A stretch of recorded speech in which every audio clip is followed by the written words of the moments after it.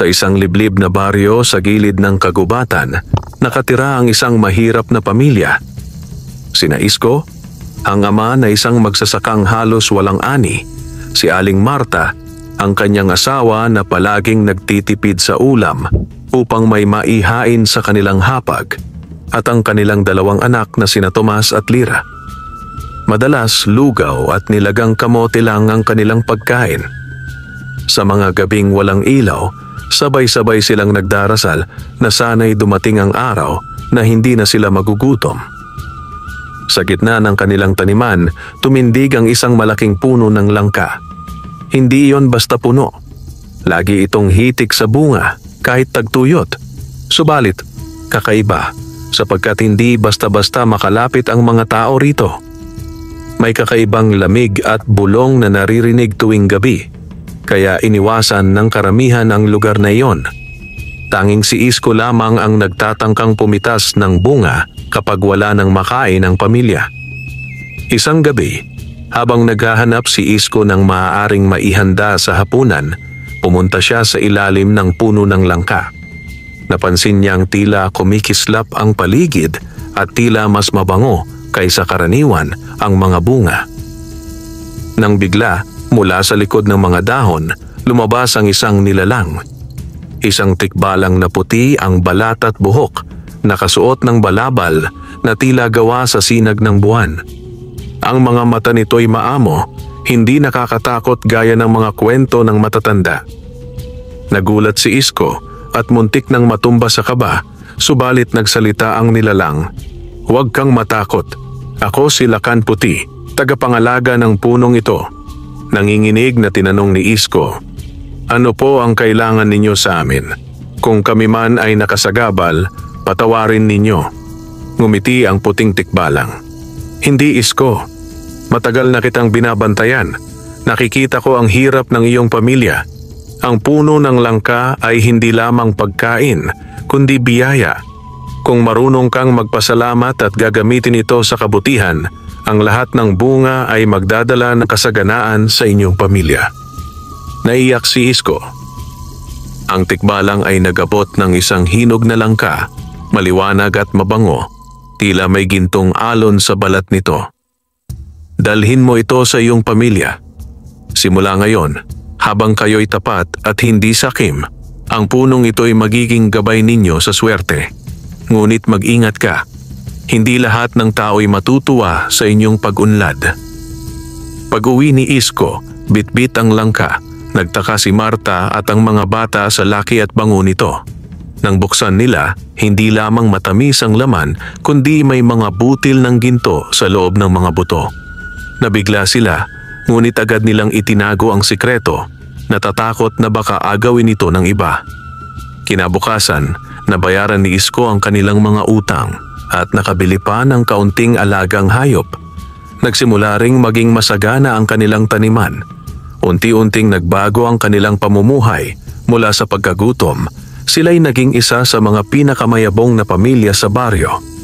Ngunit gaya ng babala ng tikbalang, may mga matang nagsimula ng mainggit.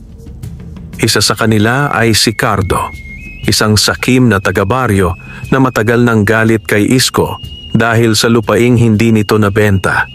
At sa dilim ng gabi, may isang mambabarang na lihim na nagmamasid na tila naramdaman ang kapangyarihan na bumabalot sa pamilya ni Isko. At doon magsisimula ang kanilang pakikibaka, hindi lamang laban sa gutom, kundi laban sa inggit at kasamaan ng tao. Sa mga sumunod na linggo, biglang nagbago ang takbo ng buhay ng pamilya ni Isko. Ang dating maliit at halos tuyong taniman ay biglang naging luntian. Ang mga tanim nilang gulay ay tila mas malago kaysa dati at ang kanilang alagang baboy at manok ay mabilis lumaki at dumami.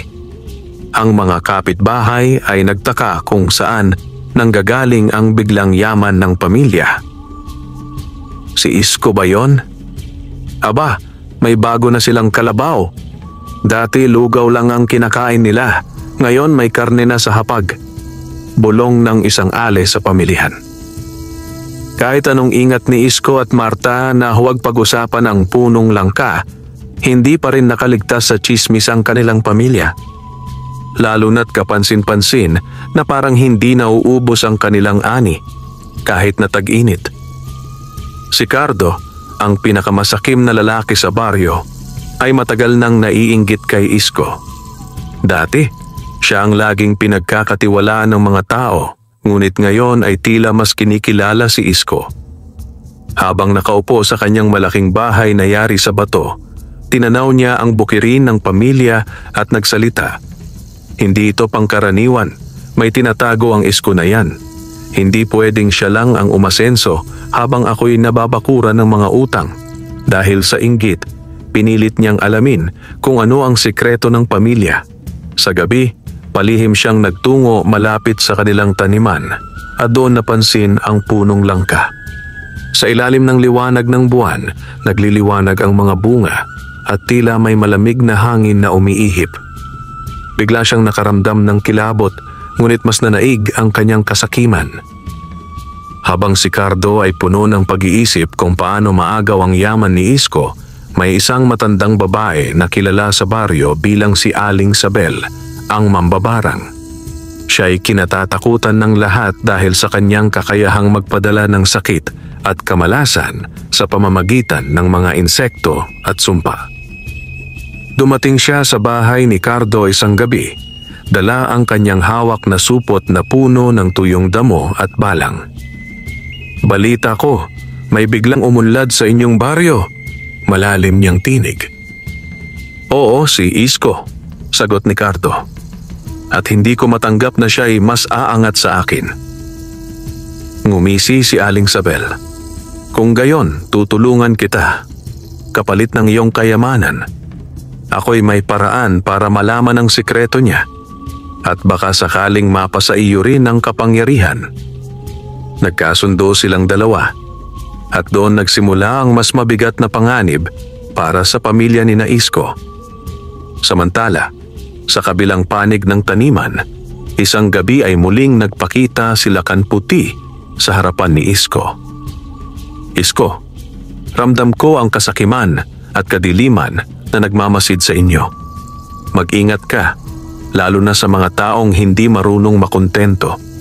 Ang biyayang ito'y ibinigay upang kayo'y mabuhay, hindi upang kayo'y makipag-agawan." Lumuhod si Isko at nagsabi, "Lakan Puti, paano ko po protektahan ang aking pamilya?" "Ang kabutihan ang pinakamalakas na sandata," sagot ng tikbalang. "Ngunit tandaan, hindi lahat ng laban ay nakikita. May mga sumpang darating na hindi mo inaasahan. Kapag dumating ang oras na iyon, huwag kang bibitaw sa iyong pananalig." Sa mga salitang iyon, muling naglaho ang tikbalang. Iniwan si Isko na puno ng kaba at pagdududa. Hindi niya alam kung ano ang paparating, ngunit sigurado siyang hindi magiging madali ang kanilang tatahakin. Mabilis kumalat ang mga tsismis tungkol sa biglang pagyaman ng pamilya ni Isko. Sa bawat sulok ng baryo, pinag-uusapan sila kung paano raw biglang nagkaroon ng mga alagang hayop, bagong kagamitan sa bukid at masarap na pagkain sa hapag. Kahit ang simbahan, napansin ang kanilang malalaking donasyon tuwing misa. Ngunit kung may natutuwa, mas marami ang naiinggit, lalo na si Cardo na lalong nagnginggit-ngit tuwing nakikita ang ngiti ng pamilya. Dahil sa tulong ng mambabarang na si Aling Sabel, nagpasya silang gumawa ng unang hakbang upang subukin ang kapangyarihan na bumabalot sa pamilya. Isang gabi, habang mahimbing na natutulog ang pamilya, pinalipad ni Aling Sabel ang isang garapon ng mga balang na kanyang inalagaan sa itim na banga. Sa kanyang bulong, kay Isko at sa kanyang taniman, kapahamakan ang sumakanila. Kinabukasan, paggising ni Isko, tumambad sa kanya ang isang nakakakilabot na tanawin. Puno ng balang ang kanilang gulayan. Unti-unting kinakain ang mga dahon at bunga. Agad siyang nataranta at tinawag si Marta at ang mga bata. "Diyos ko, Isko, paano na ito? Kung masira ang mga tanim natin, babalik tayo sa gutom," sigaw ni Marta. Takbo agad si Isko sa puno ng langka at doon nagpakita muli si Lakan Puti. Ang tikbalang ay kumaway ng kamay at biglang tumigil ang mga balang sa pagkain. Lumipad ang mga ito palayo na parabang may pumapalayas sa kanila. "Isko," wika ni Lakan Puti. "Ito ang unang babala. May kamay ng tao na nais kayong pabagsakin. Hindi ito likas na kapahamakan, kundi gawa ng isang mambabarang. Tandaan mo, hanggat kayo'y nagkakaisa at hindi nagpapadala sa takot, hindi nila kayo mapapabagsak." Lumuhod si Isko at nagpasalamat. Ngunit sa kanyang puso, alam niyang nagsisimula pa lamang ang kanilang laban. Dahil sa kababalaghang naganap, mas lalo pang uminit ang tsismis.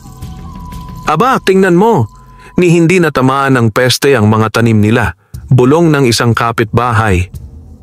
Sigurado ako, may engkanto silang kasama," dagdag ng isa. Unti-unting lumayo ang ilan sa kanila, iniwasan ng pamilya na parabang may sumpa. Ngunit may iba namang patuloy na lumalapit, umaasa na baka makahingi ng biyaya. Samantala, sa bahay ni Cardo, nag-aalab ang kanyang galit. Hindi pwedeng puro kabutihan ang sumakanya. "Aling Sabel, gawin mo ang lahat.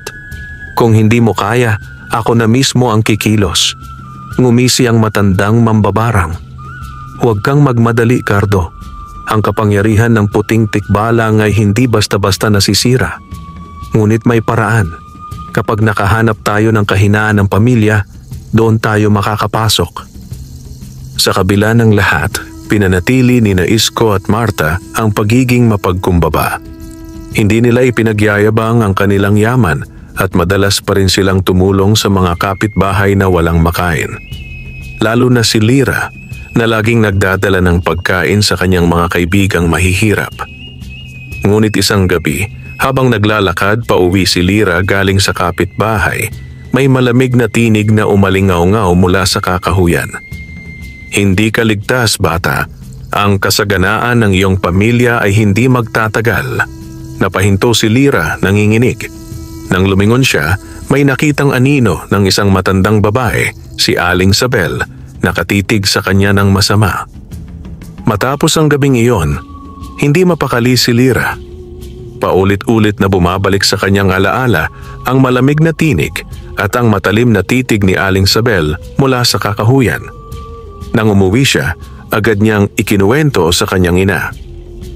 "Ina," nanginginig na sabi ni Lira, "nakita ko si Aling Sabel at sinabi niyang hindi kami ligtas." Nagulat si Marta at agad na niyakap ang anak. "Anak, huwag kang matakot. Huwag mong hayaan na ang mga salita ng masasama ay magpabagsak sa iyong loob." Ngunit sa likod ng kanyang mga mata, dama niya ang takot at pangamba. Alam niyang may paparating na panganib na higit pa sa kayang hawakan ng kanilang lakas loob. Isang gabi, habang mahimbing na natutulog ang pamilya, biglang nagising si Isko sa sigaw ni Tomas.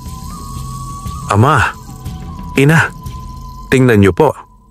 Nang silipin nila, nagimbal silang makita na puno ng mga higanteng uod ang kanilang bubungan at mga pader. Gumagapang ito pababa, papasok sa kanilang kubo at ang ilan ay kumakain ng mga gamit at kasangkapan. Ang amoy ng nabubulok na laman ay kumalat sa loob ng bahay. Agad na kinuha ni Isko ang itak at sinubukang putulin ang mga uod, ngunit parang walang katapusan ang pagdagsa nito. Si Marta naman ay kinuha ang isang palanggana ng asin at ikinalat sa sahig, subalit mabilis pa ring nakalusot ang ilan. Sa gitna ng kaguluhan, biglang umihip ang malamig na hangin. Sa labas ng kanilang kubo, nagpakita si Lakan Puti. Mula sa kanyang palad, naglabas siya ng liwanag na tila apoy na kulay puti. Nang sumiklab ito, biglang naglaho ang mga uod, naiwan lamang ang mga abo sa sahig. "Isko," mariing sabi ng tikbalang, "ito na ang ikalawang pagsubok. Ang mga sumpa ni Aling Sabel ay hindi titigil hanggat hindi siya nakukuha ng kasakiman. Ngunit tandaan ninyo, wala siyang kapangyarihan kung hindi kayo matatakot at maghihiwalay." Lumuhod ang buong pamilya sa harap ng tikbalang at sabay-sabay na nagpasalamat. ngunit alam nilang hindi ito ang huli. Samantala, sa bahay ni Cardo, nakaupo si Aling Sabel habang hawak ang itim na banga. Bakit hindi sila natitinag? Ang mga sumpa ko'y dapat nagpapabagsak sa kahit sinong pamilya, reklamo niya. Ngumisi si Cardo, hindi ba't sinabi mong may paraan? Kung hindi sila tinatablan ng iyong mga uod at balang, baka oras na para gamitin ang pinakamalakas mo sumpa. Nagbuntong hininga si Aling Sabel. Hindi ganon kadali, Cardo. Ang puting tikbalang ang nagtatanggol sa kanila. Kung nais mong manalo, kailangan nating tukuyin ang kahinaan ng nilalang na iyon. Kinabukasan, nagpasya si Isko na maghandog sa ilalim ng puno ng langka bilang pasasalamat kay Lakan Puti. Nagdala siya ng mga prutas, kanin at tubig at buong pamilya niyang lumuhod at nagdasal ng taimtim.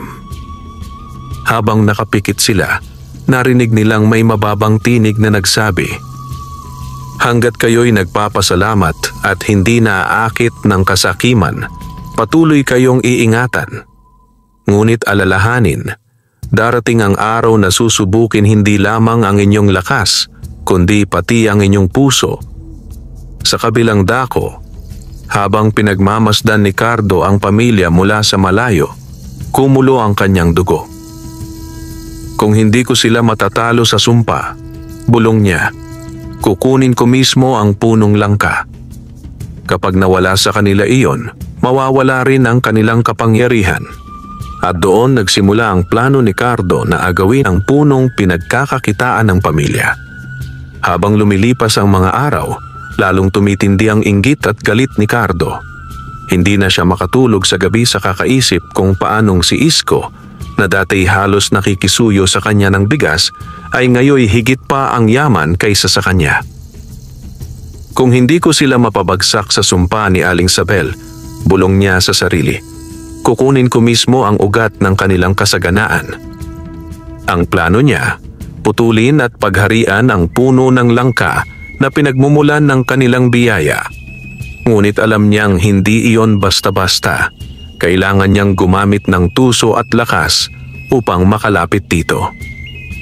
Isang gabi, palihim na nagtungo si Cardo sa taniman ni Isko. Nakita niyang kumikislap ang mga bunga ng puno. Tila ba may apoy na gintong nakabalot dito. Ngunit bago siya makalapit, biglang bumangon mula sa likod ng mga ugat ang anino ni Lakan Puti. Napatigil si Cardo, namutla at mabilis na umatras. "Hindi ko kayang makalapit," bulong niya. Kaya kinaumagahan, muli siyang nagtungo kay Aling Sabel. "Hindi ko kayang putulin ang punong iyon. Ang tikbalang na puti na kabantay. Bigyan mo ako ng paraan, Sabel, o babawiin ko ang lahat ng ipinangako kong kayamanan sa iyo." Naganggit-ngit ang matanda, ngunit ngumisi rin. "May paraan. Ngunit kapalit nito'y hindi lamang kayamanan. Kailangan mong ialay ang iyong dugo. Sa ganoong paraan, mahihina ang tikbalang at makakapasok ka sa teritoryo nito." Bagamat nag-aalinlangan, pumayag si Cardo. Nagpatulo siya ng dugo sa itim na banga ni Sabel at mula rito ay lumabas ang isang itim na usok na parang ahas. "Dalhin mo ito," sabi ng mambabarang. "At kapag inilapit mo sa puno, matatakpan ang liwanag ng tikbalang." Samantala, sa baryo, nahati ang mga tao tungkol sa pamilya ni Isko. May ilan na tuwang-tuwa at nagpapasalamat dahil palagi silang tinutulungan, binibigyan ng bigas at gulay. Ngunit may ilan ding naniniwala sa tsismis ni Cardo na gumagamit daw sila ng masamang engkanto. Hindi ba kayo nagtataka? Walang sakuna ang dumadapo sa kanila. Wika ng isang matanda sa pamilihan. Kung talagang galing sa Diyos ang yaman nila, bakit tila may kakaibang liwanag sa puno nila sa gabi? Dagdag pa ng isa. Unti-unting tumubo ang takot at pagdududa sa isip ng ilan. Kinagabihan, muling nagpakita ang puting tikbalang kay Isko. "Mag-ingat ka, Isko. Ang tunay na laban ay hindi sa gutom, kundi sa inggit ng kapwa." Tandaan mo, ang punong ito'y hindi lamang kayamanan, kundi pagsubok. Kapag hinayaan mong manaig ang takot at galit, mawawala ang lahat. Lumapit si Marta at nagtanong, "Lakan Puti, hanggang kailan mo kami poprotektahan?" Ngumiti ang tikbalang, "Hanggat tapat ang inyong puso. Ngunit tandaan, darating ang oras na kayo mismo ang kailangang pumili kung alin ang mas mahalaga, ang kayamanan o ang kabutihan." Isang gabi, tahimik na nakatulog ang pamilya, ngunit sa labas, naglalakad si Cardo dala ang banga ni Isabel na naglalabas ng itim na usok. Habang papalapit siya sa puno, biglang lumabo ang liwanag nito. Sa kauna-unahang pagkakataon, naramdaman ni Lakan Puti ang panghihina. Hindi siya tuluyang naglaho, ngunit nagmistulang aninong malabo ang kanyang anyo. Ngumisi si Cardo. "Ngayon, akin ka na, puno ng langka." Itinaas niya ang palakol at handa ng putulin ang ugat. Ngunit bago niya magawa, isang matinis na sigaw mula sa loob ng kanilang bahay ang gumising kina Isko at Marta. "Ama! Ina! May tao sa puno!" sigaw ni Tomas. Agad silang kumilos at doon nagsimula ang unang harapan ng pamilya laban sa kasakiman ni Cardo. Nagising sa malalakas na sigaw si Isko at buong pamilya. Mabilis niyang kinuha ang kanyang itak at lumabas ng kubo. Doon niya nasilayan si Cardo, nakataas ang palakol at nakangising parang demonyo habang bumabalot sa kanya ang makapal na itim na usok mula sa banga ni Aling Isabel. "Isko!" sigaw ni Cardo. "Sa wakas, makukuha ko na ang puno ng langka at ang lahat ng yaman ninyo." Nang sandaling iyon, nakita rin ni Isko na si Lakan Puti ay tila nang hihina. Ang dating maningning na tikbalang ay halos aninong puti na lamang, pilit na lumalaban sa usok na bumabalot sa puno. Hindi nagdalawang isip si Isko. Tumakbo siya palapit, sabay sigaw, "Hindi mo makukuha ang hindi iyo, Cardo." Sumabay si Marta, hawak ang palanggana ng asin at mabilis na ikinalat sa paligid ng puno. Nang dumikit ang asin sa lupa, bahagyang umurong ang itim na usok. Si Tomas naman ay kinuha ang sulo at sinindihan ito, samantalang si Lira ay lumuhod at taimtim na nagdasal, humihingi ng tulong sa may kapal. Nang marinig ni Lakan Puti ang panalangin ng bata, tila nagkaroon siya ng bagong lakas. Lumiwanag ang kanyang mga mata at unti-unti siyang nagbalik sa dating anyo. "Maganda ang inyong ginawa," wika ng tikbalang. "Kapag kayo'y nagkakaisa, walang kasamaan ng mananaig." Mabilis niyang ikinampay ang kanyang kamay at ang ilang bahagi ng itim na usok ay napunit para bang pinaghihiwa-hiwalay ng liwanag. Ngunit si Cardo ay hindi sumuko. "Hindi ninyo ako matatalo," sigaw niya. Itinaas niya muli ang palakol at buong lakas na pinagsak ang ugat ng puno. Sa bawat hampas ni Cardo, tila lumalakas ang usok mula sa banga. Mula rito, lumabas ang mga itim na kulisap at nagliparan, sinusubukang tuklawin si Isko at ang kanyang pamilya. "Mga insekto ng dilim, ubusin sila," sigaw ni Cardo. Ngunit agad na lumapit si Lakan Puti at humarang gamit ang kanyang pakpak na yari sa liwanag. Nang tamaan ng mga kulisap, naglaho ang mga ito na parang abo sa hangin. "Isko, bantayan mo ang pamilya mo. Ako na ang bahala sa sumpa ng banga," mariing sabi ng tikbalang. Biglang dumating ang ilang mga taga-baryo, nagising sa kaguluhan. Nakita nilang si Cardo ay tila baliw, humahampas sa puno ng langka at nakabalot sa usok. "Ano ito?" sigaw ng isa. "Si Cardo! Anong ginagawa niya?" bulalas ng iba.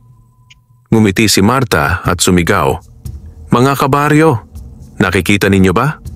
Ang totoong sakim at masama ay si Cardo, hindi kami." Nagbulungan ang mga tao at unti-unting lumipat ang kanilang paniniwala. Ang mga dating nagdududa kay Isko ay nagsimulang maawa at maniwala sa kanila. Sa huling pagsubok, sinubukan ni Cardo na itarak ang palakol sa pinakapuno. Ngunit bago pa man ito dumikit, biglang sumiklab ng maliwanag na liwanag ang katawan ni Lakan Puti. Hindi mo kailanman maaangkin ang punong ito sapagkat hindi ito para sa mga sakim. Mula sa liwanag ng tikbalang, tumilapon si Cardo ng ilang metro palayo, sabay bagsak sa lupa. Ang itim na bangay na basag at ang usok ay unti-unting naglaho sa hangin. Hingal na hingal, nakahandusay si Cardo.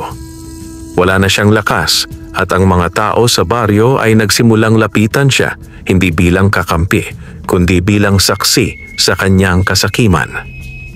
Kinabukasan, mabilis kumalat sa buong baryo ang balitang muntik nang mapahamak ang pamilya ni Isko dahil sa kasakiman ni Cardo.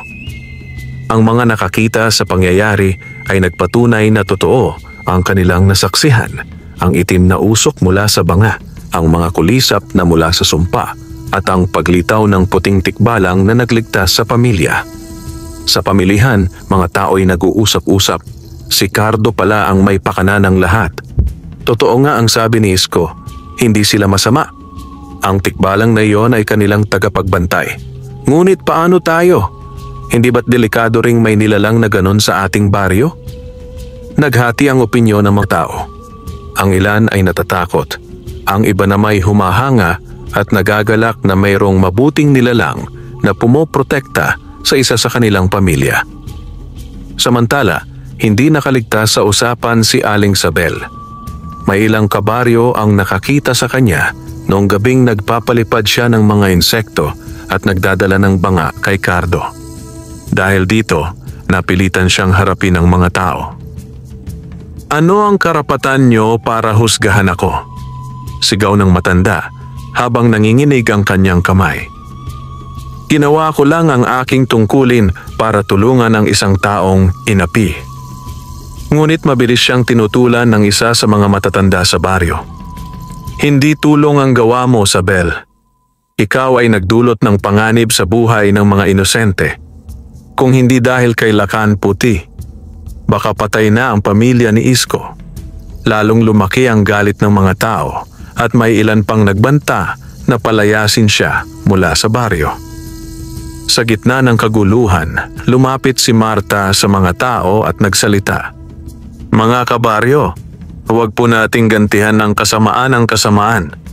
Kung paalisin natin si Aling Sabel, baka lalo lamang siyang maghiganti. Huwag nating gawing dugo ang sagot sa dugo. Napatigil ang ilan, ngunit may mga ayaw pa ring makinig. Dahil dito, nagsalita si Isko. Tama ang asawa ko. Kung nais ninyong kami parusahan, tanggapin namin. Ngunit huwag niyo pong hayaang masira ang pagkakaisa ng ating baryo dahil lamang sa kasakiman ng iilan. Ang kanilang mga salita ay nakapagpakalma sa karamihan. Ngunit hindi pa rin tuluyang nawala ang takot at pangamba ng ilan sa presensya ng tikbalang. Kinagabihan, muling nagpakita si Lakan Puti sa pamilya. Magandang ginawa ninyo. Sa halip na gumanti, pinili ninyong magpatawad. Ngunit tandaan, hindi dito nagtatapos ang inyong laban. Ang kasakiman ay parang damo. Kung hindi bubunutin hanggang ugat, muling sisibol. Nagulat si Isko. Ibig niyo bang sabihin, babalik pa si Cardo at si Aling Sabel? Tumango ang tikbalang. Oo, ang pusong pinamumugaran ng kasamaan ay hindi agad nagbabago. Ngunit huwag kayong mangamba. Ang liwanag ay laging mananaig sa dilim hanggat may isa mang pusong tapat. Samantala, sa isang sulok ng baryo, sugatan pa rin si Cardo, ngunit buhay. Nakaupo siya sa tabi ng kanyang bahay, hawak ang isang piraso ng nabasag na banga. Dumating si Aling Sabel, galit na galit. Pinahiya mo ako sa harap ng buong baryo, Cardo, singhal niya. Hindi pa tapos ito, sagot ni Cardo. Kung hindi gumana ang mga sumpa, oras na para gamitin ang mismong lakas ng dilim. Kailangan ko lamang ng huling sakripisyo. Ngumisi si Aling Sabel, nakatingin sa kanya ng may halong galit at pagnanasa sa kapangyarihan. At ano ang ibig mong ialay, Cardo? Ano mang kailangan, Malamig niyang sagot. Basta't mapa sa akin ang punong iyon. Lumipas ang ilang linggo mula nang mabunyag ang kasakiman ni Cardo at ang mga sumpa ni Aling Sabel. Akala ng pamilya ni Isko na natapos na ang lahat, ngunit sa mga anino ng gabi may lihim na nagaganap. Sa kubo ni Aling Sabel, muling nagtagpo ang 2 pusong puno ng inggit at galit. Nakalapag sa gitna ng kanilang silid ang mga piraso ng nabasag na banga. Sa tabi nito, may isa pang sisidlan na yari sa bato, kulay abo at puno ng kakaibang mga buto at tuyong dahon. Kung nais mong makuha ang puno ng langka, kailangan mo na magsakripisyo ng mas higit pa. Bulong ni Aling Sabel. Hindi sapat ang dugo, kailangan ang buhay. Nagulat si Cardo. Buhay? Kaninong buhay? Ngumisi ang matanda. Isang inosente. Kapag nakakuha tayo ng dalisay na kaluluwa, magigising ang itim na anito ng kagubatan. Siya lamang ang makakatalo sa puting tikbalang. Bagamat nag-alinlangan na naig ang kasakiman ni Cardo. Kung ganon si Lira, ang anak ni Isko. Kapag nakuha natin siya, madali nang mapa sa akin ang lahat. Hindi nila alam si Tomas ay nakarinig ng kanilang usapan. Palihim siyang sumunod kay Cardo at nadinig ang buong plano. Nanginginig siyang bumalik sa kanilang kubo at ikinuwento ito kina Isko at Marta. Ama! Ina! Gusto nilang kunin si Ate Lira para gawing alay. Sigaw niya. Nagulat ang buong pamilya. Napahigpit ng yakap si Marta kay Lira na halos mangyak-ngyak sa takot. Agad tumawag si Isko kay Lakan Puti sa ilalim ng punong langka. Paglitaw ng tikbalang, bakas ang bigat ng kanyang anyo. Alam ko ang plano nila, wika ni Lakan Puti.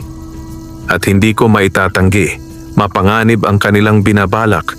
Ang itim na anito ay isang sinaunang nilalang na ipinako sa dilim dahil sa kanyang kasamaan. Kapag siya'y napalaya, hindi lamang kayo, kundi ang buong baryo ang malalagay sa panganib. Napaiyak si Lira. Anong gagawin natin, Lakan Puti? Ayokong maging dahilan ng kapahamakan.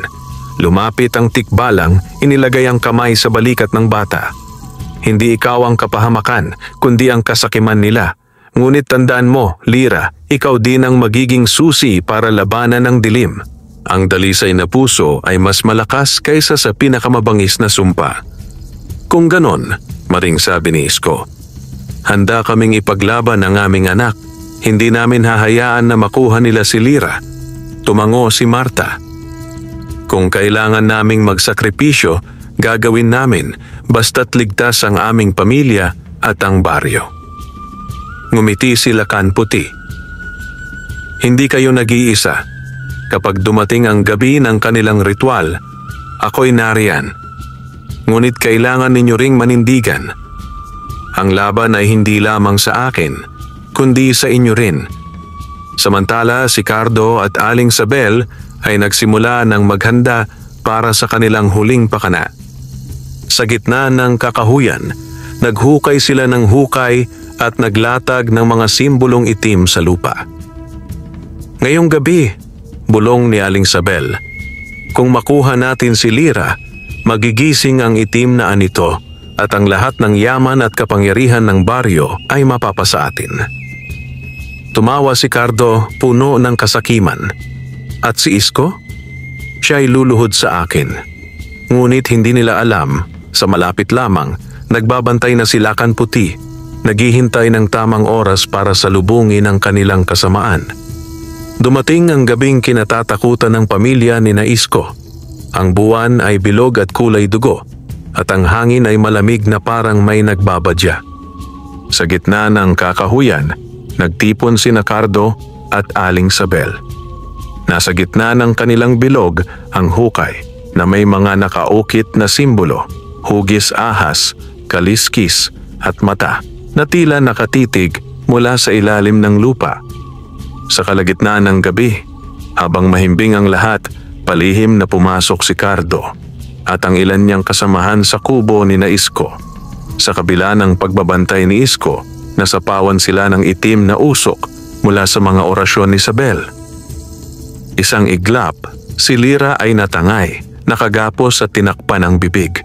Nagising si Tomas at pilit na humabol, ngunit mabilis na tumakbo ang mga kasama ni Cardo patungo sa kakahuyan. "Ama! Ina! Dinala nila si ate!" sigaw ni Tomas. Agad na kumilos sina Isko at Marta, dala ang kanilang itak, asin at sulo. Ngunit bago pa sila makalapit, sumulpot sila kanputi, nakahandusay at nahihirapang huminga. Tila ba pinipigilan ng makapal na usok na umaaligid sa kakahuyan. Sa gitna ng hukay, inilagay ni Aling Sabel si Lyra, nakagapos at nanginginig. Nagsimula siyang bumigkas ng sinaunang dasal.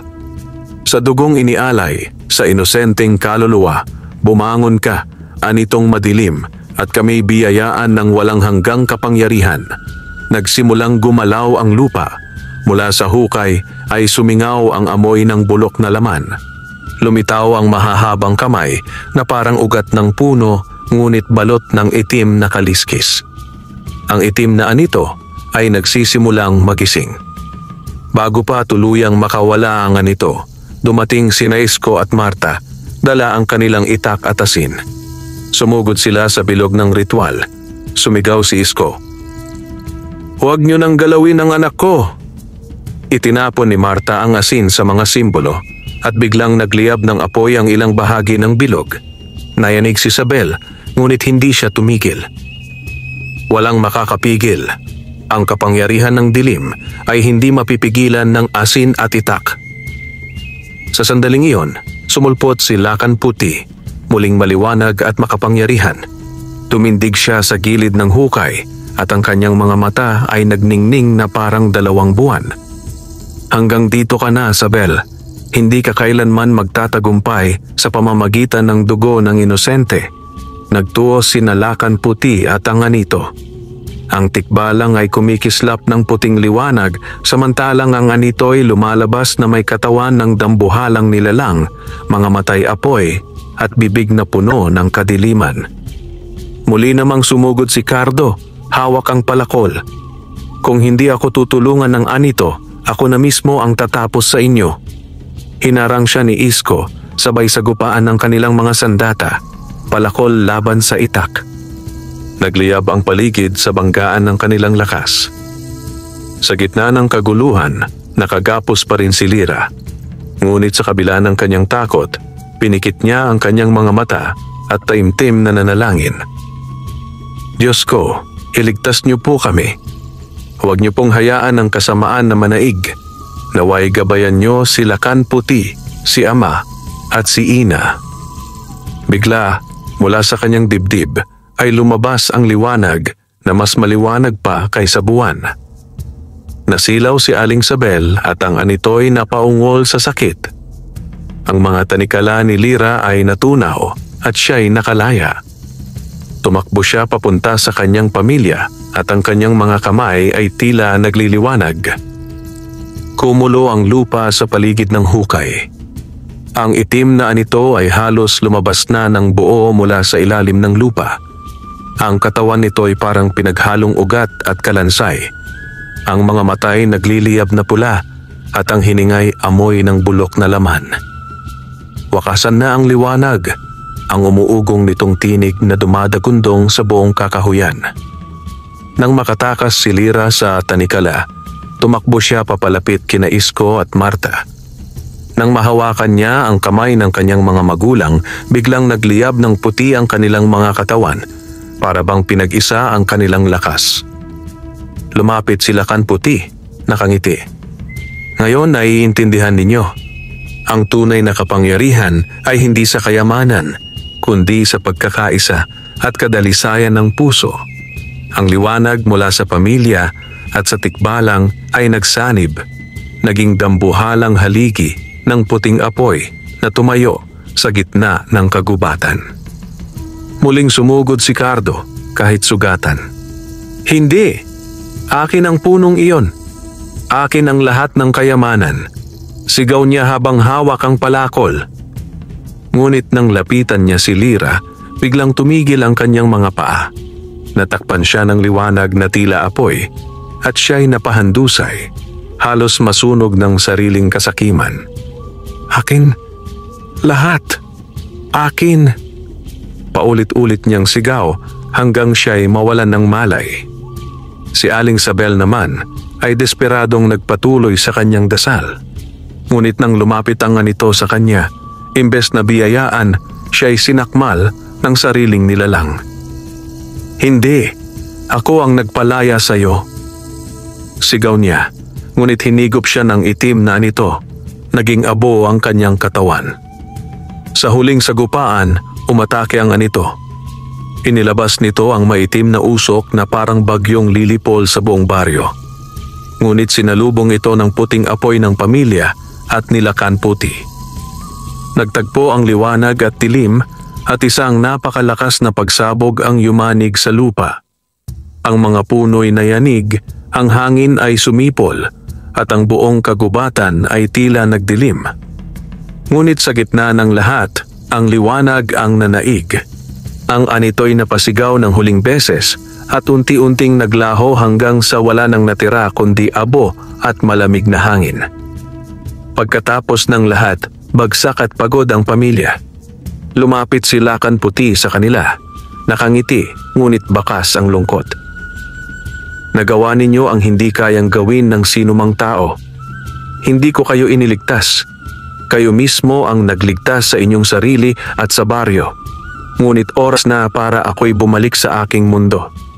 Napaiyak si Lira. "Lakan Puti, hindi ka ba mananatili sa amin?" Umiling ang tikbalang. "Ang aking tungkulin ay natapos na. Ngunit tandaan ninyo, ang kabutihan at pagkakaisa ang tunay na anting-anting. Hanggat pinananatili ninyo ito, ako'y laging nasa inyong tabi." Sa huling pagliyab ng kanyang anyo, naglaho si Lakan Puti at naiwan ang puno ng langka, hitik pa rin sa bunga, ngunit ngayoy ordinaryong puno na lamang. Wala nang kakaibang liwanag sapagkat nasa puso na ng pamilya ang tunay na biyaya. Kinabukasan, muling nagtipon ang mga taga-baryo. Nakita nila ang nangyari, ang pagbagsak ni Cardo, ang paglaho ni Isabel at ang katotohanang ang pamilya ni Isko ay hindi kailanman naging sakim. "Salamat sa kanila, ligtas ang ating baryo," sabi ng isang matanda. "Oo, at natutunan natin na ang kasakiman ang tunay na halimaw," dagdag ng isa. Mula noon, naging halimbawa si Isko at ang kanyang pamilya ng kabutihan at pagkakaisa. Nagsilbing aral ang kanilang kwento na ang tunay na yaman ay hindi ginto o kayamanan, kundi ang matatag na pagmamahalan at pananampalataya. Lumipas ang mga taon at ang puno ng langka ay nanatiling sagana, ngunit wala ng kakaibang kapangyarihan. Gayunpaman, ang pamilya ni Isko ay hindi na muling naghirap. Si Lira, na minsang piniling ialay ng kasamaan, ay lumaking matapang at marunong, nagiging gabay sa kanyang baryo. Si Tomas ay naging matatag na magsasaka, tagapagmana ng lupaing pinagyaman ng kanilang ama. At sa tuwing may mga batang naglalaro sa ilalim ng puno ng langka, ikinukwento ng mga matatanda ang alamat ng puting tikbalang. Isang nilalang na nagbantay sa isang mahirap na pamilya at nagturo na ang kabutihan ang pinakamalakas na kapangyarihan sa lahat. Waka.